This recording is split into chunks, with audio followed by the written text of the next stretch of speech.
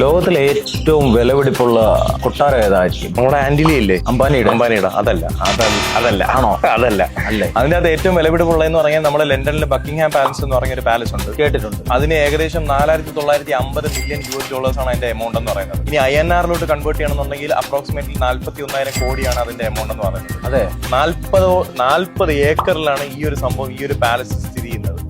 അപ്പൊ ഇത് കേട്ടിട്ട് നെറ്റിയായിരുന്നു. ചെറുതായിട്ടുള്ള. അപ്പൊ ഇതിന്റെ അപ്പുറത്തെ വേറൊരു അപ്പൻ സാധനം ഇതിന്റെ അത് നമ്മുടെ ഇന്ത്യയിൽ കിടപ്പുണ്ട്. ഹെവി റേഞ്ച് ഒരു സാധനം ഇന്ത്യയിൽ ലക്ഷ്മി വിലാസ് എന്ന് പറയുന്ന സംഭവം വഡോദര ഗുജറാത്തിലാണുള്ളത്.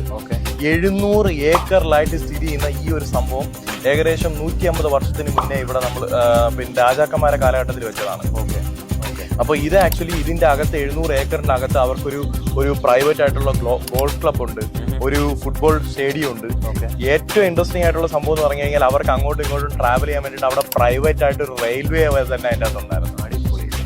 അപ്പൊ അങ്ങനത്തെ കിടിലൻ സംഭവങ്ങൾ ഇന്ത്യയിൽ ഇപ്പൊ ഇതുവരെ ഉള്ളതിൽ ഏറ്റവും ഹെവി ആയിട്ടുള്ള സംഭവം ഇതാണ്. ഈ എഡിസൺ പിന്നെ കറണ്ട് കണ്ടുപിടിക്കുന്നതിന് മുന്നേ, ബൾബ് കണ്ടുപിടിക്കുന്നതിന് മുന്നേ അതിന്റെ അകത്ത് ഇവർ ഈ ബൾബ് വെച്ചിട്ട് അലങ്കരിച്ചിട്ടുണ്ട്. അത് എങ്ങനെയാണ് നമുക്ക് ഇപ്പോഴും അറിയത്തില്ല. അതുപോലെ തന്നെ ലക്ഷ്മി വിലാസത്തിൽ ഇപ്പോഴും 143 വർഷം കഴിഞ്ഞിട്ട് ഇപ്പൊ നമുക്ക് അവിടെ ചെന്നാലും ഓപ്പൺ ടു പബ്ലിക് ആണ്, നമുക്ക് ഈ സംഭവങ്ങളെല്ലാം കാണാൻ പറ്റും. സോ ഇത് രണ്ടുമാണ് ഇപ്പോൾ നിലവിൽ ഇന്ത്യയിൽ അവൈലബിൾ ആയിട്ടുള്ള, ഇന്ത്യയിലല്ല വേൾഡിൽ അവൈലബിൾ ആയിട്ടുള്ള ടിൽ ഡേറ്റ് ഏറ്റവും എക്സ്പെൻസീവ് ആയിട്ടുള്ള ഏറ്റവും വലിയ പുതിയൊരു ഇൻഫർമേഷൻ ആണ്. Okay, thank you.